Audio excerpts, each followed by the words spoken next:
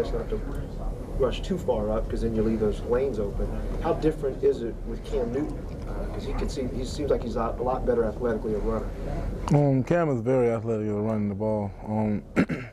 Any little crease you give him, he will take it. And like he got deceptive speed where he can just get out and then get away from people. And he has a little move. He got a couple moves that he can get away. And so we just gonna have to really try our best to contain him. It's hard to just stop Cam, so we're gonna have to just do the best we can to contain him. And everybody else, we just gotta keep a close eye on everybody. How tough is it to be able to simulate that in practice? You got a guy who's 6'6", 250, you can run like a deer, and I'm assuming you don't have anybody like that to run scout team quarterback. No, we don't have nobody. We don't have nobody quite like Cam. I'll tell you that much now. But we have a couple athletes we put back there that's assimilate his moves and then basically make our defense struggle. So we got some people on scout team that go out there and do the best they can and try to assimilate Cam Newton, and they're gonna get around and shuffle around and try to rattle our cage a little bit, I guess. They do a lot of multiple stuff too. Last year they came out and did a lot of things you guys probably hadn't seen. How important is it for your young guys to sort of, not, get out of alignment, and make good decisions on the different stuff that they do? I guess what we got to really work on, of course, maturity. We say that all year. Get mature. You got to focus in on the play you have right there, that moment, and this week really have to work with them on that. Like we really have to buckle down and be like, you can't play. You got to play assignment football. Do your assignment, and everybody will do their assignments. There's nothing they can really do. So we have to do the best that we can to contain them, play your assignments, play your man. Marcel, what do you talk to some of the younger guys about in terms of keeping their emotions in check this week and not getting too jacked up?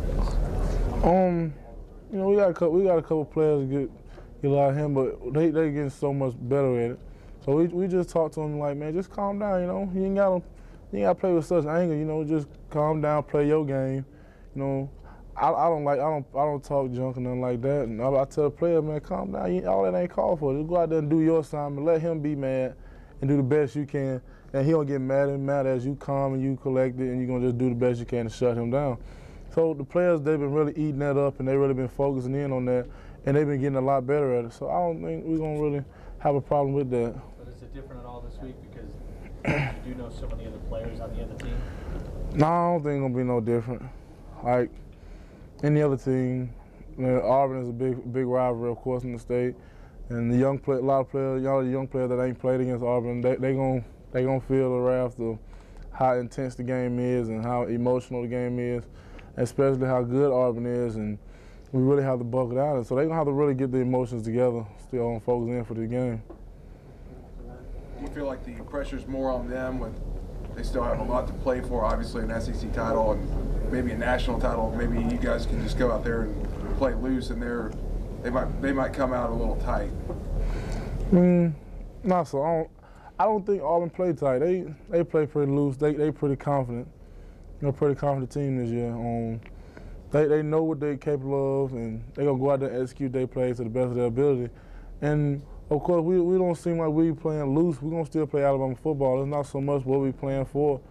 We playing for that moment, that play, and we're just gonna do the best that we can in each game. We had a couple of slip-ups and missed assignments, and we're just trying to tighten that up with the young players, and even with some of the older players, we make mistakes too. So we're just gonna really have to work on that and just get it together. We're not really focusing on what's the outcome of everything. When you look at them on tape, how good is their offensive line? Because you hear a lot about Cam. You don't hear a lot about their offensive line. How good is their offensive line? They're pretty solid up front. They got a couple of dinged up players. Of course they come throughout the year. Throughout the year, people get bruised, hurt, so on and so forth. Just like we are across the defensive front. But their offensive line is pretty good. They're pretty solid up front. They're pretty stout. They know their assignments. They do the best they can with pulling and everything. So they pretty sound as offense. So what does this game do for Crimson Tide's legacy?